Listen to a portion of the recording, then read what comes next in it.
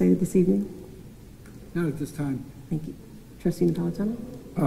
We heard a couple things during public comment. I'm not sure if there's anybody here that could address it. There was comments regarding communication between the state and the college related to Hurricane Graphics. I believe Mr. Schmiedel was referenced in that. I'm not sure if he's here and if his... He's here. Bruce, do you want to comment on that?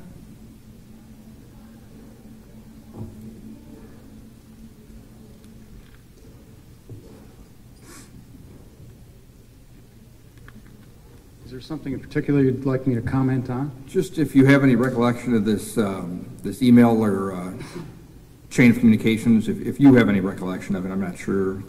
It sounds like the letter came to you and Mr. Glazer and Catherine Broad. I don't know if you replied to the letter or if you recall at this time. I do recall.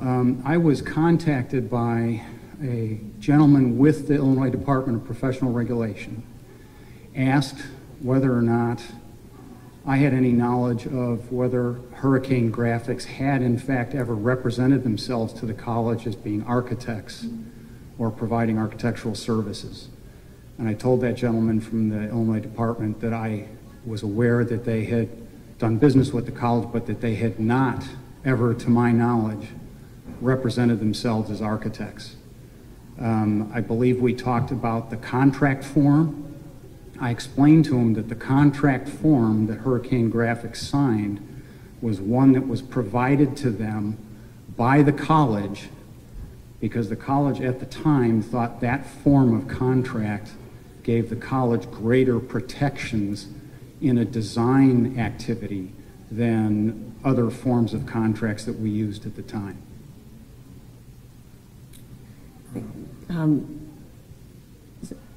Yeah, well, if I can just follow up on that. So did you actually send any documents to the professional board?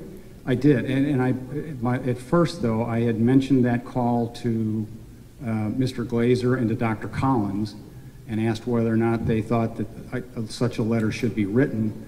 They said if it's appropriate, I was the most appropriate since my group had the most contact with Hurricane Graphics.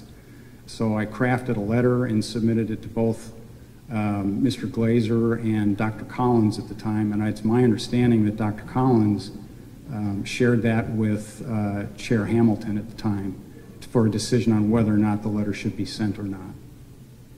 And do you still have copies of that letter? I'm sure I could find it. Can you forward them to Mr. Elliott, please? Sure. And then you said that you provided Hurricane Graphics with a particular contract by the college. Why would you give them a contract that talked about architectural services if it was your understanding that they didn't have any architects on staff? Well, that initiative started before I came to the college, but it's my understanding that the thought at the time was that because they were entering into a design contract, that form of contract, and that particular AIA contract is a form document, that form was acceptable to be used for that type of service, and that form gave the college greater protection in the design exercise than a short form contract that the college also had at the time. What do you mean by greater protection?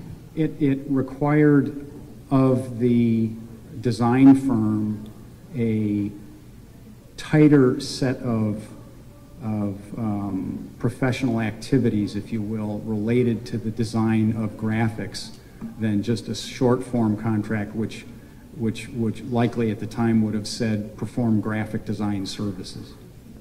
Well, you said that there was an initiative that was started before you came to the college. What do you mean by that? Well, there was already a graphics program in process, and as I understand it, there was a desire to formalize some additions to that task work with a better form of contract. And are you saying that's with Hurricane Graphics specifically, or any graphics? No, that was, well, at the time, Hurricane Graphics was the only graphics house working here. Okay, so are you saying that there was already a contract with Hurricane Graphics that talked about them being an architect before you even arrived at the college? I'm not sure I understand. Well, you said that there was an initiative that started... Hurricane Graphics was already doing some work for the college. Right, and in the form of an architecture contract? No, as a graphic design firm. Okay, so who made the decision to give them a contract where they were designated as an architect or which referenced architectural services? I have to believe it was either my predecessor or the previous purchasing manager or a combination of both. And what were their names? It was John Wondolowski and Pat McFadden. Okay, so did Hurricane Graphics then have the architectural contract before you arrived? They did. Okay, so when the architecture form of the contracts were there, if you didn't know whether your predecessors, well, did you ever talk to your predecessors to determine whether they knew? That contract was, I think that contract was initiated and then signed shortly after I got here, but it was in the works by the time I got here. Right. Did you ever contact any of your predecessors to ascertain whether they were aware that Hurricane Graphics didn't have any architects on staff? The issue never came up because they never represented themselves as architects. The only reason that I believe that topic came up is because the college issued them a form contract to use. They have never, to my knowledge, ever represented themselves to anyone here at the college as being architects. Except in the contract. Well, except in the contract as provided by the college. Well, right, but that, you're not trying to suggest that the fact that they signed a contract with the college that they were accepting that what you're implying is that if somebody signs a document with the college provides them, there can be false statements in there and somehow no one's liable for that. I'm not implying anything. I'm just saying the college issued them that contract knowing that they were not architects, nor was the college expecting them to perform architectural services or to perform as architects. All right, and if I understand you, you're saying that the person who issued that contract was either your predecessor or the person who preceded Ellen Condren in purchasing? Correct. And you never independently verified the accuracy of the statements in the contract or before it got executed? Other than the fact of not confirming whether they were an architect or not, because they had not represented themselves to be that, and we weren't expecting those services. Right, even though the contract said architect services. Correct. So you didn't. You're saying you didn't independently verify that one way or the other? That's correct. Anyone else have any questions?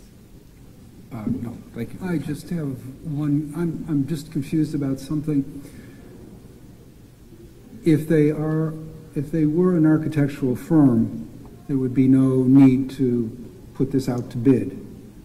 Is that correct? If they were an architectural firm.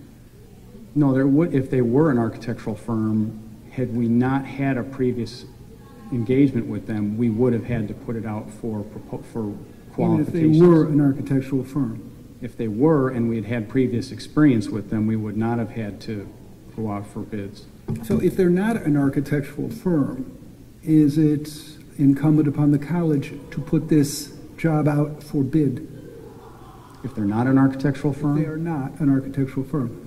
I believe at the time the college was relying on part of the, and I forget what policy or statute it may be from, regarding people with particular talent or expertise can be contracted with directly, and I believe they may have been relying on that particular part of the selection process regulations. You think that, but are you sure of that? Is that something you know, or is that something you think may be the case? I believe that's the case.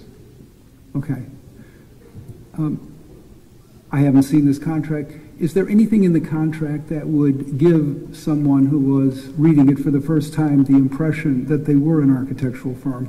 Oh, of course. It's a form. It's a common form of document prepared and issued by the AIA, and it's a form document commonly used between architects and owners for design services. And so someone not understanding the situation at hand, reading it, would assume that there was an agreement that somebody had represented, that it was an engagement between an architect and an owner. So the contract itself was misleading to someone who isn't familiar with the situation? It could be, sure, someone not understanding the situation. Well, wait a minute.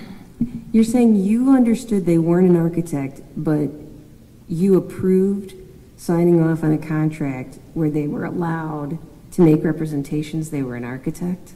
I didn't approve anything. That contract was issued shortly after I got here and had already been in the works.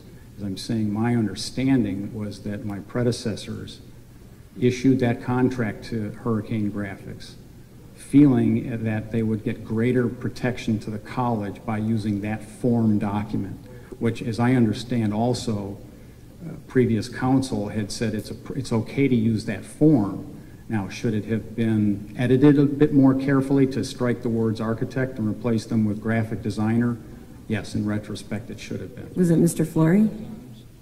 I think so, yes. Okay. Now, but if you had stricken it and it said graphic designer, there was certainly a greater risk that it wouldn't fall within the exemption from bidding under the professional services exemption, right?